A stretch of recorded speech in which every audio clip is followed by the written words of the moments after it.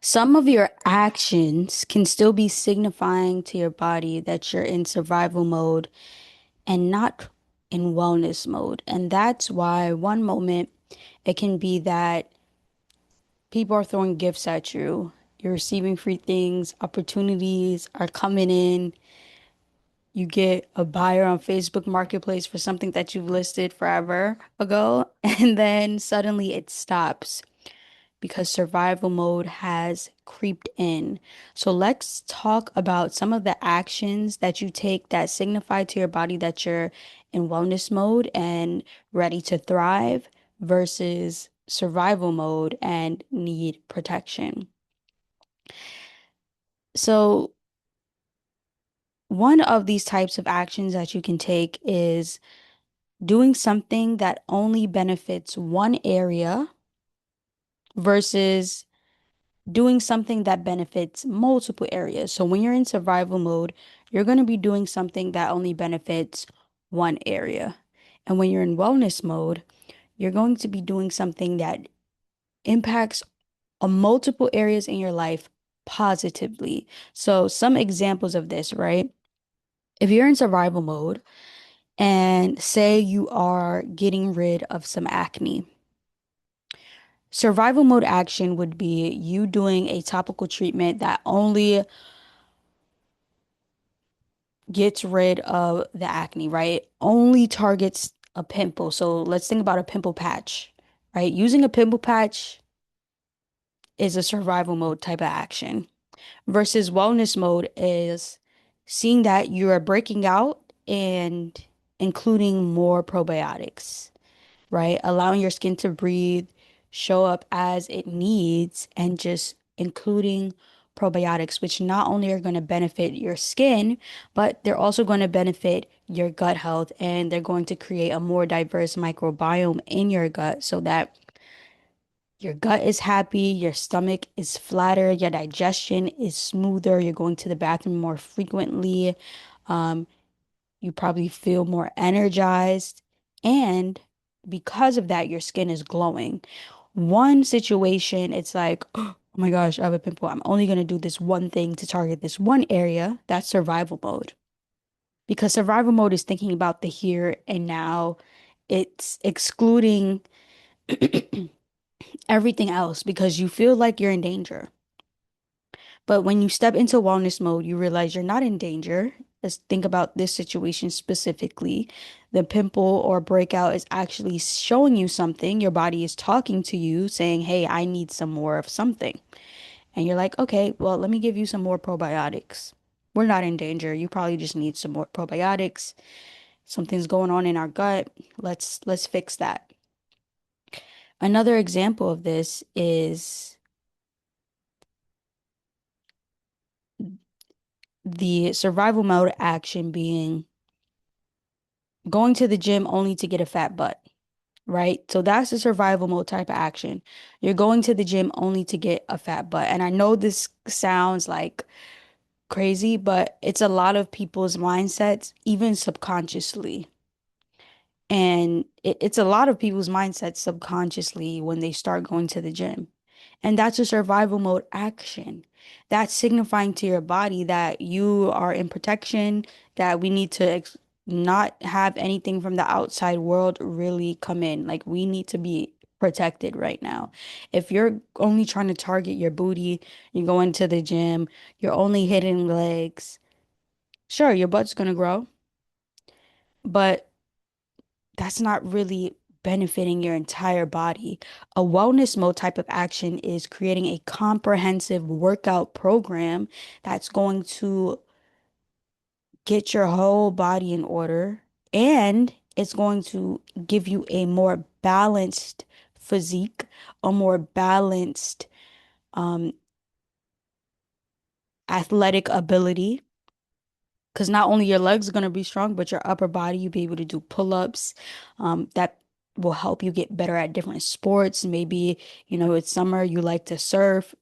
You need to be working out your entire body, not just your booty or whatever activities you might be doing. Even if it's you have children, you have to pick them up and play with them, right? That booty sore you needed to work out other areas of your body. And when we just target one area, that gives our brain like, okay, something must be going on. And when we as women especially have this subconsciously, it can set us back because what are we doing this for, right? It might be for us, but also a lot of it is for the male gaze. In this specific example, going to the gym just to build a booty, it's for the male gaze.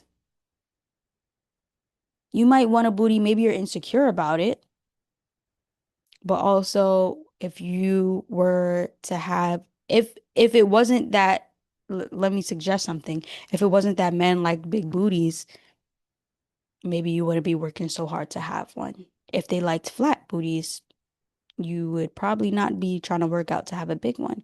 So when your mind is in this kind of targeting one area and you look behind the reason, it's survival mode a lot of the time versus when you're targeting multiple areas to actually bring up your health and wellness, you're in wellness mode. You're like, okay, I'm ready to thrive. I need this comprehensive workout program so that I can be more energized, so I can get rid of this fat that is holding me back, but also help my brain function, help my endorphins increase.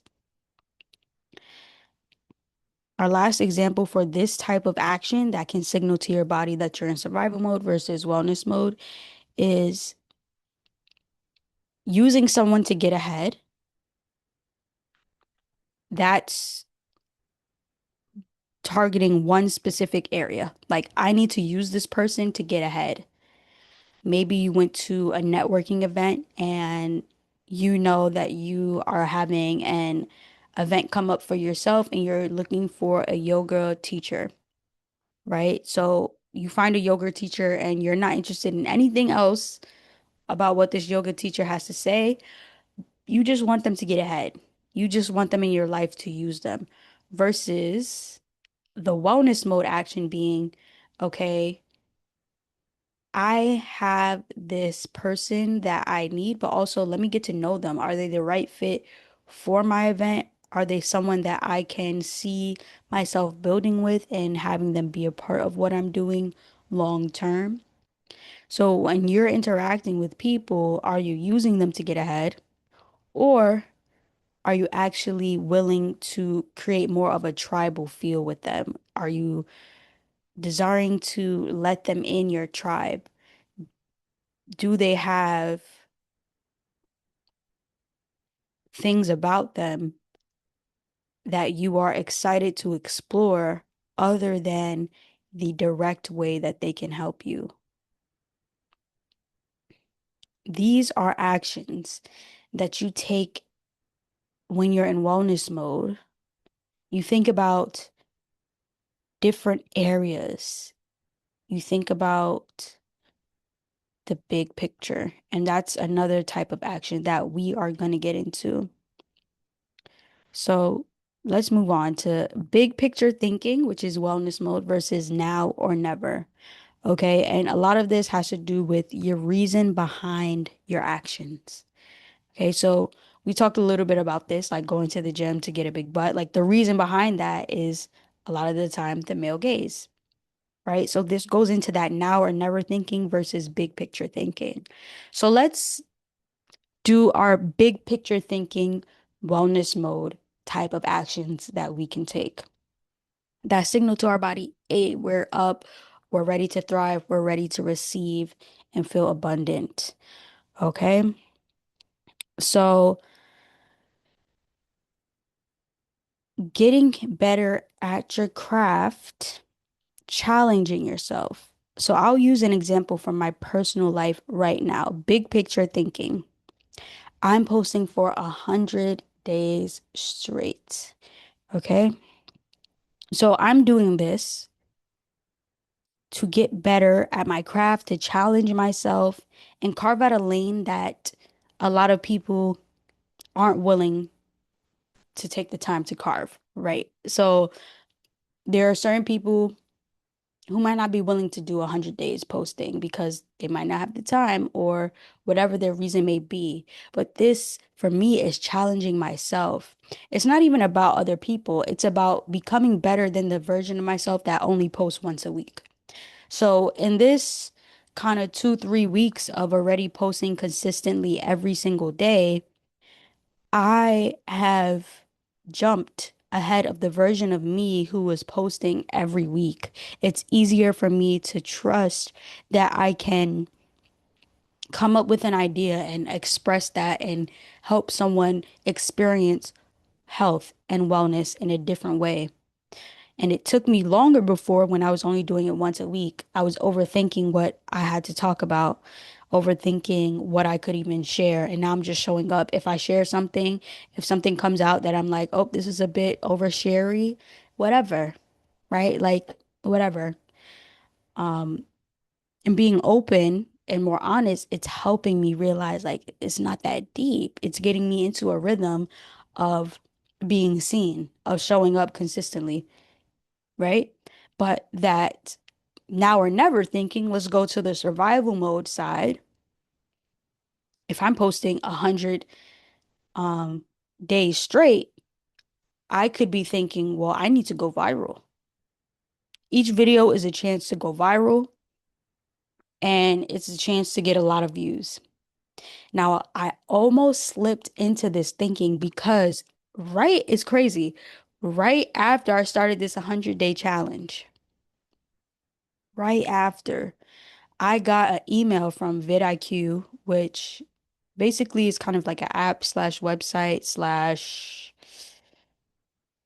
widget that you can add to your YouTube to help you see a bunch of different things. If you're a content creator on YouTube specifically, go ahead and get vidIQ. It is pretty awesome. And they have a lot of things just in the free version that are super helpful. So vidIQ sends this email that YouTube has changed their monetization rules, where instead of 4,000 watch hours, you have to have 8,000 watch hours.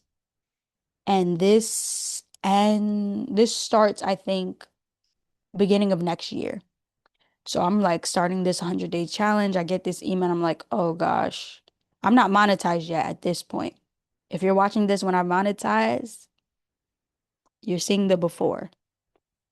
So I'm like, ooh, that did put a little bit of survival mode in me because I'm like, all right, well, Kira, you're doing this 100-day challenge. Maybe it's good that you started this now because each video would be a chance to go viral. It'll be a video, each video will be a chance to get more views, to get monetized. You need those watch hours if you want to be monetized, or else it's gonna double. But then I was like, no, that's not the reason that I'm doing this. The reason that I committed to this in the first place is because I know the benefits that it's going to have on my character. I know the benefits that it's going to have on my communication and my delivery and my understanding of my expertise. Like it's going to get me better at what I can do and how I can help people. So that's like the survival mode type of thinking versus the wellness mode type of thinking. You have to set yourself in that wellness mode, actions, right? What's your reason behind these actions that you're taking? Because a lot of the time, the reason is what um, our bodies kind of respond to, because the reason a lot of the time is more subconscious. It's more running the show. The action could be the same, posting for 100 days straight. The action's the same, but the reason behind it generates the energy behind it and what I'm doing. If I'm posting 100 days straight to go viral, my mind would be like, I need to perfect this hook. I need to show up perfectly, prim, prime, proper every single day. I need to do all these things, but I'm like, I gotta chill. I'm here to show up for myself, to show up for whoever's watching, and to be better than the version of me a few months ago who was just posting every week. Like she's done. Well, she is done, but she's just growing. Okay. So let's move on to another example of big picture thinking. let's think about a scenario. And you see someone in front of you who you know, like there's someone famous, someone you're inspired or motivated by. Now, big picture thinking is how am I going to approach this person? How am I going to show that I am an asset so that potentially something can grow, right? God put this person in front of me for a reason. There are no coincidences. Me and this person in the same place at the same time, the same day, the same year, like the odds are against us, but here we are anyway. So now, big picture thinking, I'm asking myself these types of questions to prepare myself versus that now or never survival mode thinking. Oh my gosh, ah, let me get a picture. Can I get a picture with you? Right? They're a person at the end of the day. They're still a person. They just built something that you like, right? It's better to see them as that person and learn from them. And how can you present yourself as someone who they'd be willing to allow to learn from them, maybe even closer? And I feel like this is an example where survival mode, that now or never thinking, can actually be kind of helpful because if you think about survival mode, right, people go into fight, flight, or fawn. Fight is when you feel that you're in danger and you go ahead and you buck up. You get ready to fight. Y'all, there was this one time I was walking and I'm just walking on my way home from Walmart. This pit bull, I see it running diagonally towards me. Oh my gosh. From afar, I was like, oh, it's just running and playing. Then it starts getting closer and closer. And I'm like, oh my gosh, there is no leash on this dog. But it gets in front of me. Thank God it's puppy-ish. It's not like fully grown, but it is like seething, like barking, teeth showing right in front of me. This was probably the most recent experience that I've had going into survival mode, and I chose fight. I chose fight, and it was so amazing what happened to my body. I think about that a lot. Everything slowed down like I was in a Marvel movie. Like, I don't know what adrenaline does, what our bodies can do with these chemicals inside of us, but it is fantastic. It is awe-inspiring because basically, I could see the dog's every movement. Like, I was like, it was literally like a superhero movie when the superhero is able to slow down time. That's what I felt like. And I felt like fight. My body wanted to fight. And I just stomped at it. I like stomped at it. Then the owner starts calling the dog and it turns around and runs away. Like it was playing being tough, but it was about to get kicked. Oh my gosh. And if you've seen my previous videos, you'll hear that I don't really like that animal love is not in me. Okay? I'm not like, "Oh, I love animals so much." No. No. I'm a human. You're an animal. I will slap you up, okay? But that's fight. Flight is if I was in that situation and I seen the dog and I would have just ran away, right? Turn around and I'm running the other direction. And then fawn is kind of when you're like, oh, like if I tried to start petting the dog and calming it down, oh, sweetie, stop. Oh, it's okay. It's okay. Shh, shh, shh. That's fawn. I'm no. So in a situation where you're seeing someone who you are inspired by, survival mode can kind of help and it can kind of help you see which one you might be, right? I think flight is something you don't want to do in that situation. No, you don't want to turn around. You're gonna miss the opportunity. Fight could be like Let me go up to them. Maybe you might be seen as annoying, but so what? You're taking the opportunity. And then fawn is kind of similar, where you're like, I feel like fawn is more of the let me take a picture. You're so beautiful. I'm so inspired by you. That's more fawning. So I think in this particular situation, a little survival mode could help if you choose fight, present yourself well, but also remembering the big picture, like overall having that wellness mode inside of you and remembering, okay, like the reason I'm doing this, remember, it's about the reason behind the actions in this particular section we're talking about. The reason I'm doing this is to help my future self. Okay. That is kind of a fun situation I wanted to throw in there.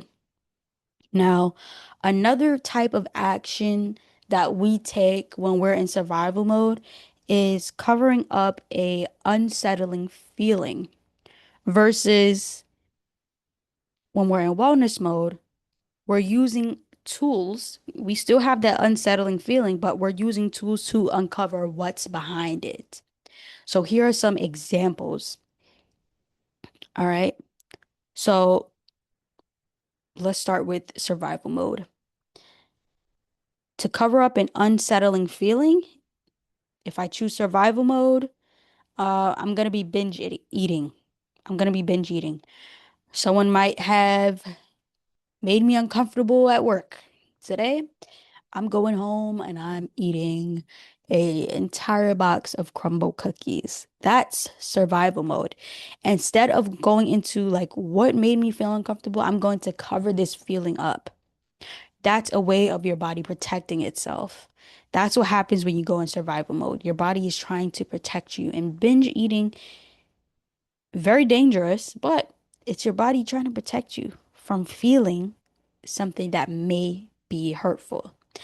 Versus if you're in wellness mode, you already understand that you have a problem, right? So you're using tools to uncover what's behind that unsettling feeling. First, you got to acknowledge, all right, I have this unsettling feeling that can lead me to binge eating. So, whatever it might be, maybe I get too caught up in what people think about me. That means I need to prevent myself from binge eating. And so I'm going to meal prep. So, wellness mode is like I'm meal prepping so that I only have food at home. I'm not going out. I'm not ordering anything. I'm going to be kind of strict with myself right now. And I'm just going to be meal prepping because I know that my emotions can make me eat. And that's true for most of us. That's true for all of us, really. Our emotions can make us eat. And to varying degrees, it can be a problem. So, not only that, wellness mode is like, let's go back to the crumble cookie situation, right? Where someone did something annoying at work, says something at work, you're going to instead of eating the box of crumble cookies, maybe you just have one crumble cookie, right? And you uncover what's behind that. So like you can feel that desire to eat the whole box, but say instead, actually, this person annoyed me. I'm going to call them right now and tell them that what they did and not to do it again, or I'm going to create a plan to go into work and um tell them so that it doesn't happen again, or I'm going to call someone, talk to them about it, but just feel whatever it is that you're feeling, right? Uncover what's behind that unsettling feeling so that your body does not go into survival and protection mode. Nothing will get solved. Another example of this, when you're covering up an unsettling feeling, could be avoidant behavior. Avoidant behavior. I had a little avoidant behavior that I was doing recently.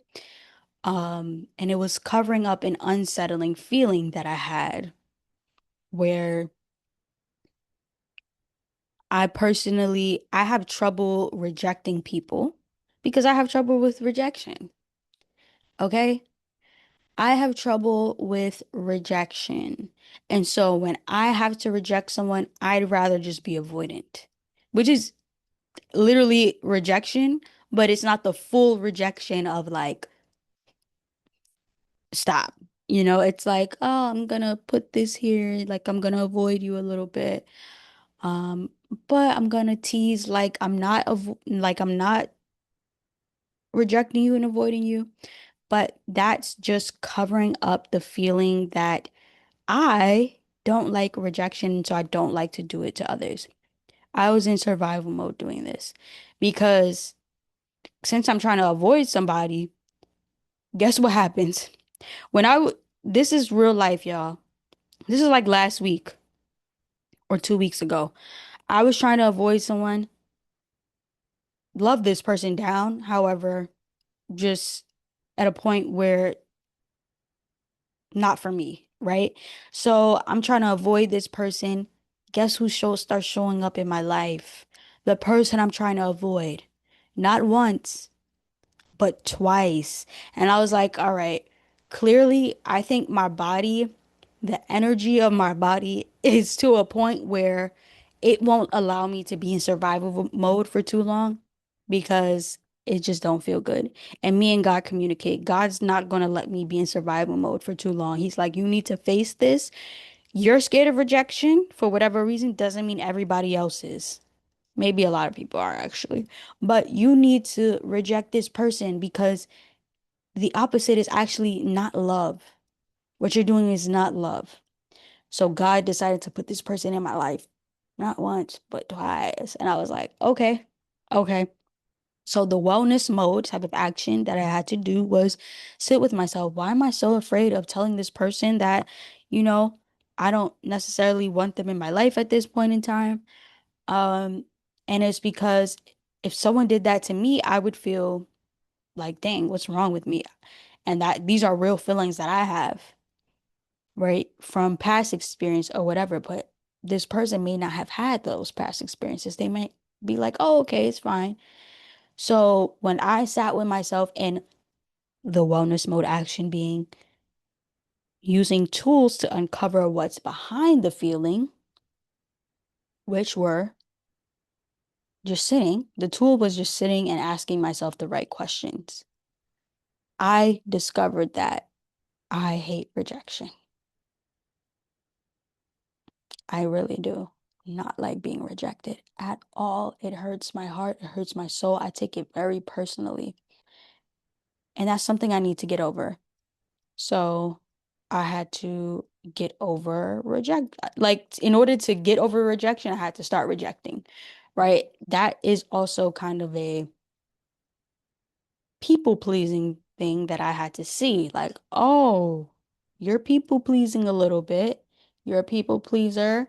Don't do that. Don't do that. Be a rejector. That way it's going to be easier for you to be rejected.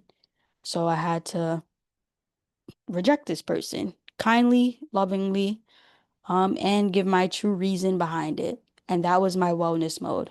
It brought a great weight lifted off my shoulders. Perhaps I was trying to avoid any conflict. However, the person, like, no conflict.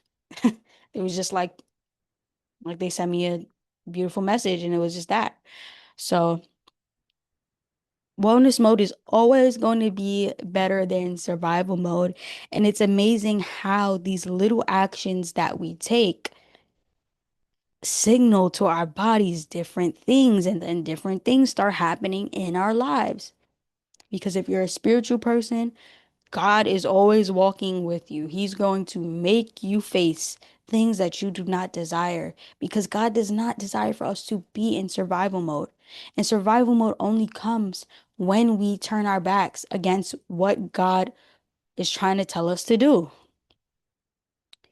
When we turn our backs, we cannot be in wellness mode. Like in order to be in wellness mode, we have to be in full communion with God. We have to be walking with Him. We have to be right with our spirit. Our spirits have to be one.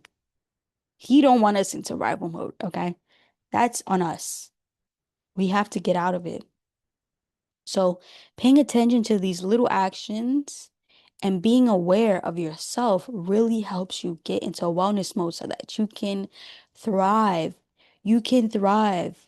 And now the beautiful thing, right? Let's take this example with my avoidant behavior versus being honest about what was bothering me is that now I'm not bitter about rejection, right? So I have this kind of repeating phrase that I have in my head, which is I'd rather be honest than bitter.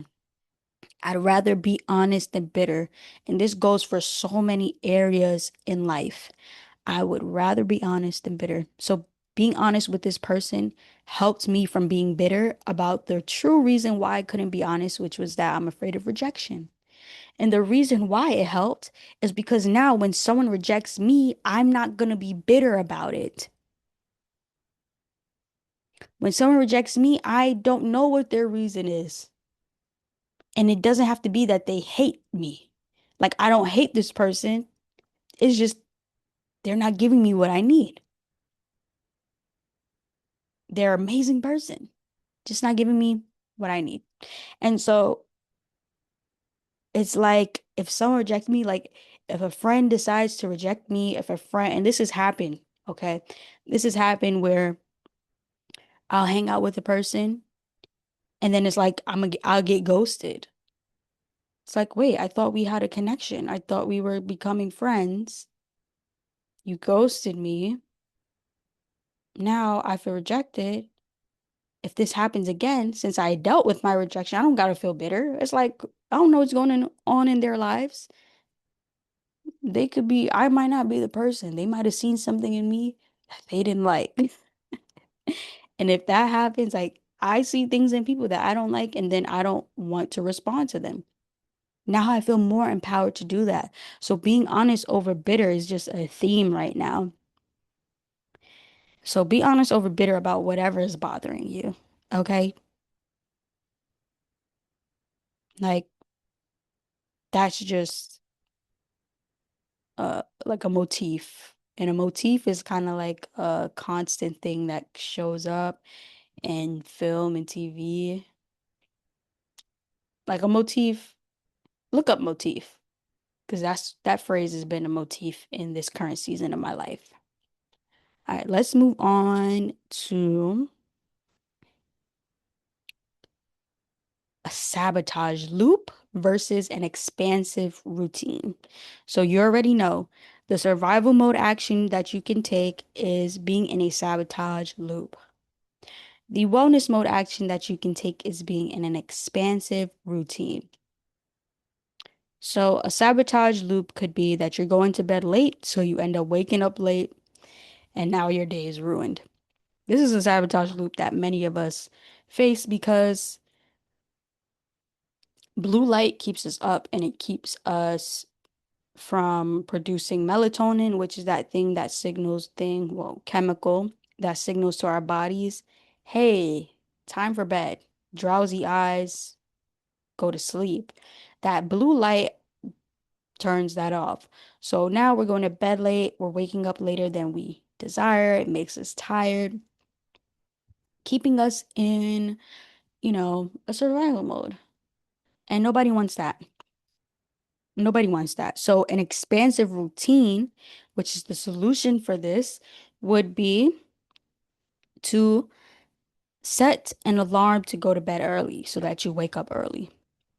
Simple. Like, set an alarm to eat dinner early so that you could take a shower earlier and then go to bed, right? Another thing that can be a part of this expansive routine is to have like certain triggers, right? That signal to your body that you're going to bed, such as making yourself tea. If you make yourself tea every night before you go to sleep, you don't got to drink the whole thing. I know nobody wants to be using the bathroom throughout the night. It's kind of annoying, but making that tea to help you calm down signaling to your body and becoming part of your routine is expansive.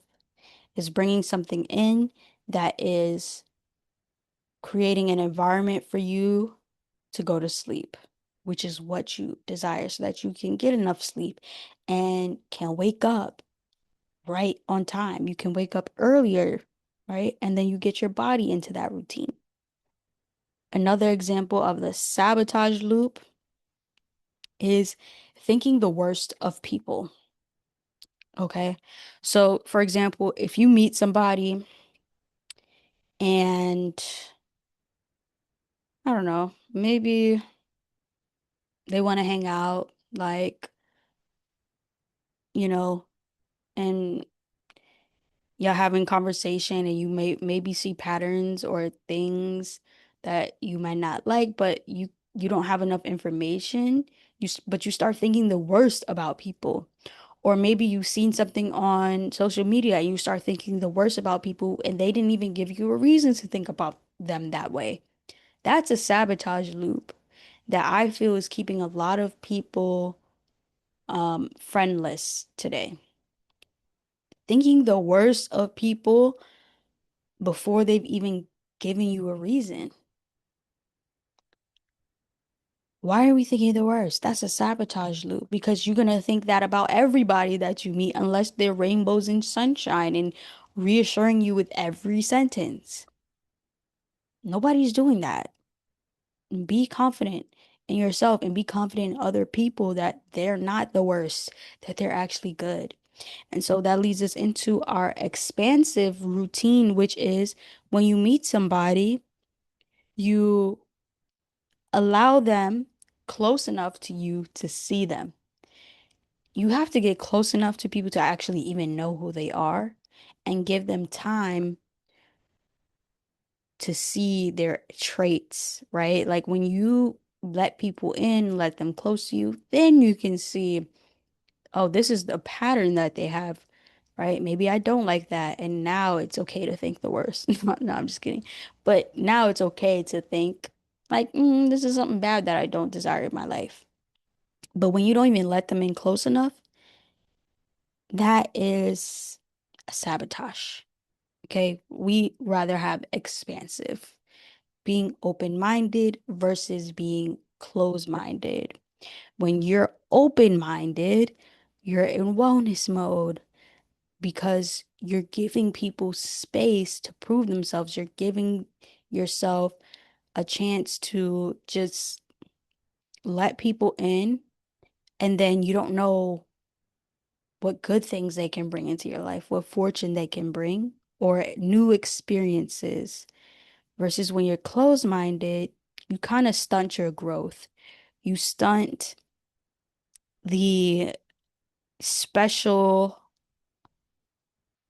magic, for lack of better words, that other people have that they can bring amazing things into your life. So let's look at another example of a sabotage loop versus an expansive routine. A sabotage loop is spending on what you want, and an expansive routine is allocating funds and automatic transfers for different accounts. So, expansive routine, wellness mode, budgeting, but not even necessarily budgeting if you don't want to be like super strict with your money. You want to be kind of more free flowing with it. You're allocating funds to certain things. Like, obviously, if you have a car payment, if you have rent, you're putting that money aside to pay for that, or you even have saved up 3 to 6 months so that you're good versus just kind of spending whatever you have and hoping for the best. That's a sabotage loop. Or you could be spending on something that you value, like maybe your favorite artist is coming into town for a concert versus like putting that money into an automatic transfer into your high yield savings account or um if you have any brokerage accounts, that type of thing. I'm not a financial wizard, guys, but I do know a little bit of financial literacy, and I understand that money is definitely connected to sabotage and huge for survival mode versus wellness mode. Financial wellness comes from creating an expansive routine for yourself. And a lot of the time, that comes with having boundaries around certain things. Boundaries create freedom. But when there are no boundaries, everything's free. So there is no freedom. Anything can happen. All right. So, part five on the types of actions that we can take that signal to our bodies that we are in survival mode and need protection, or that signal to our bodies that we are ready to thrive and we are in wellness mode. So,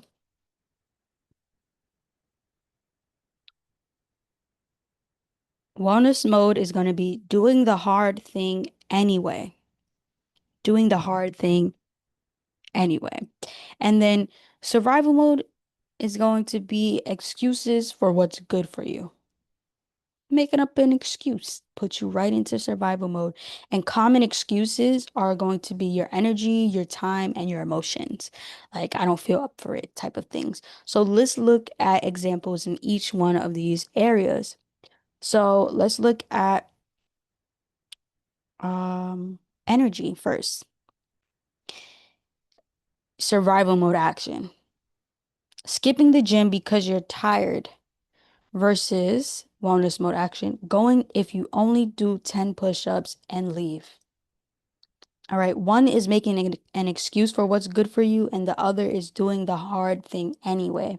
When you make an excuse for what's good for you put yourself in survival mode because you're telling your body that you don't deserve the good thing, that you don't have the space and capacity to include that good thing in your life. But when you do the hard thing anyway, like go to the gym, you're making that space. You're telling your body, like, hey, I'm here even though I'm tired. I deserve this. My body deserves this. And I need this to increase my health and to be well. And it makes me feel good. Even if I'm only doing 10 push-ups and leaving, I made it. This is something that James Clear talks about in Atomic Habits. When you're creating a habit for yourself, it's super important to just go and do whatever it is, even if it's only for a little bit. Like if you want to create the habit of writing stories, it's better not to make an excuse that you don't have energy, but it's better to not make that excuse and rather go in, sit down on your laptop, set a timer for 5 minutes, and write two lines, whatever, however many you can do. Because building this rep is more important than the duration. And that's something cool that I actually learned from a guitar instructor recently. I did a little guitar lesson, and I asked him, I'm like, how often do you think I should play? And um, he said duration is less important than duration. What did he say? He was saying duration is less important than reps, basically. Like if you're doing it for 15 minutes every single day, that's better than for an hour once a week. Like do the 15 minutes every day or 10, whatever. Just pick it up and play. And it's because like you're rewiring your brain. The more you do something, the more you're creating some neuroplasticity and you're creating the connection between those neurons and making it stronger and saying, this is something that I do. If you put your shoes on and go to the gym, you're saying, this is something that I do. And you'll look back a year later and you'll be in there doing 10 push-ups, 50 squats, 30 minutes on the treadmill, whatever your workout is. And you can just continue to add. But you have to give yourself that space to do the hard thing. And if it's about energy, eventually it'll give you more energy because sometimes we have to give energy in order to receive it. Now, let's look at an example with time. So, making an excuse for not creating versus doing the hard thing anyway and allocating a designated time in your day for that thing. So, you need to make time for your art, okay? This is specifically about creating, I'll say. Like when we make excuses for creating, that's going to put us in survival mode because creating is an essential part of the human experience. And it's something that brings so much positivity in our lives and makes us feel healthy. It makes us feel well. We are created in God's image, and God is a creator. So, as humans, we have to create. That is like a huge component of being in wellness mode. When you do not create, you're putting yourself in survival mode. Or if you feel like you can't create, you're in survival mode. That's a good way to know, like, hey, I I can't create. You're in survival mode. And the way to get out of it is just to allocate some time to it. Do the hard thing. If it's, putting a pencil to paper and writing a 4-line poem or just any thoughts that come to your head, you have to create. Um, I have something that I was working on. Yes.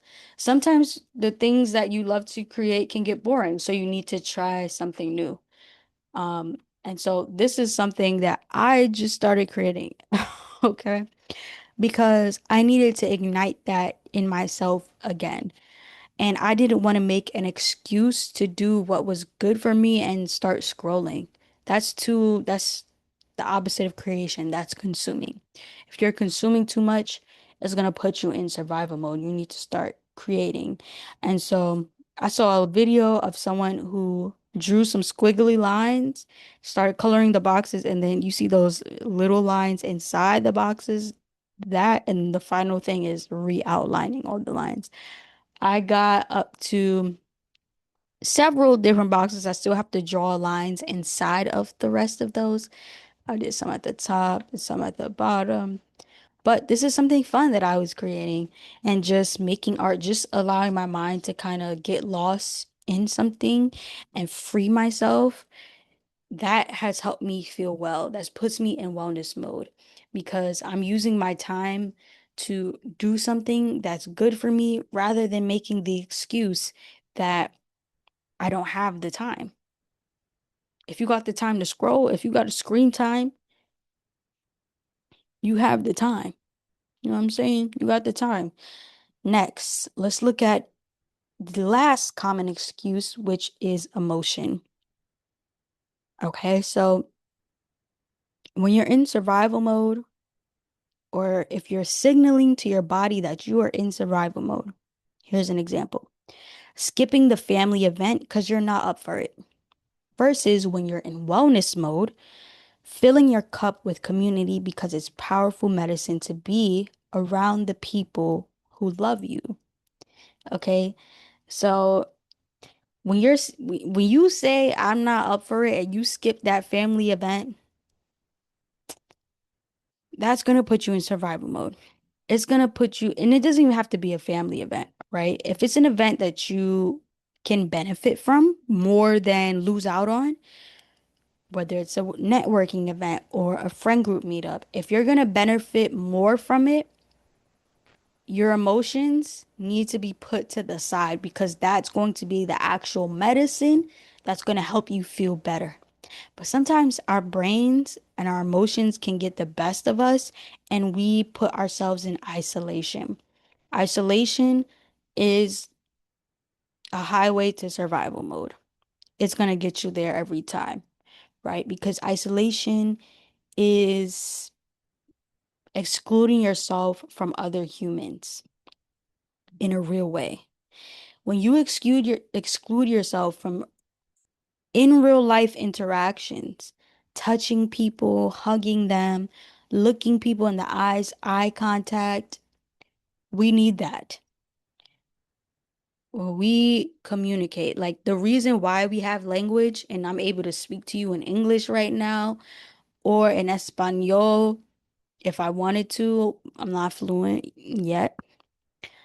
That that happened because people were talking so much that they create. Do you get that? Like people were talking so much that they created a whole language and they were talking to each other. We have a whole dictionary. We have whole languages of different languages combined, like papiamento in Curacao or papiamento in Aruba. It's lots of different languages combined. It's a mix because people were talking to each other. We have different cuisines like soul food because people were communing with one another and feeding each other, right? We have, and don't get me started on the food because I just watched a video of Bon Appetit. I forget the chef's name. I forget the chef's name. I know one of them is Lucas Sin. And I'm about to show y'all right now so you can go watch it if you're someone who's into this type of stuff because it makes me go stupid. I love this type of stuff. It's Lucas Sin and Meherwan Irani. One Indian chef and Asian chef. Well, they're both Asian. I think Lucas, I don't know what, maybe he's Chinese. So these two chefs go to an Indian restaurant and they try everything on the menu.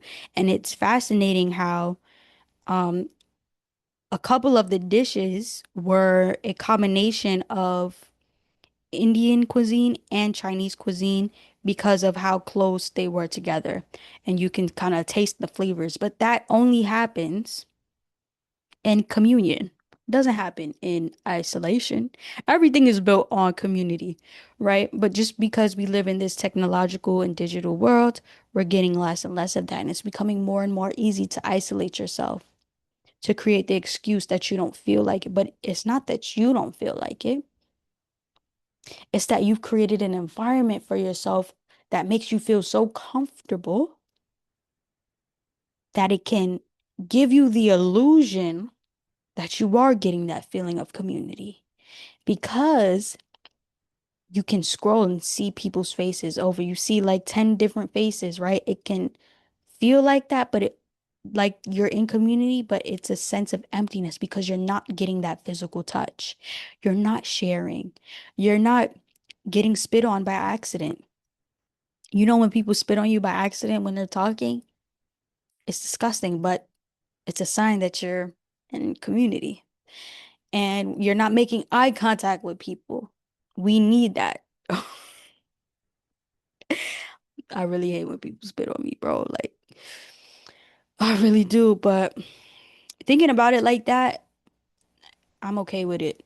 I'm okay with it because I honestly, I spend a lot of time by myself and I'd rather not.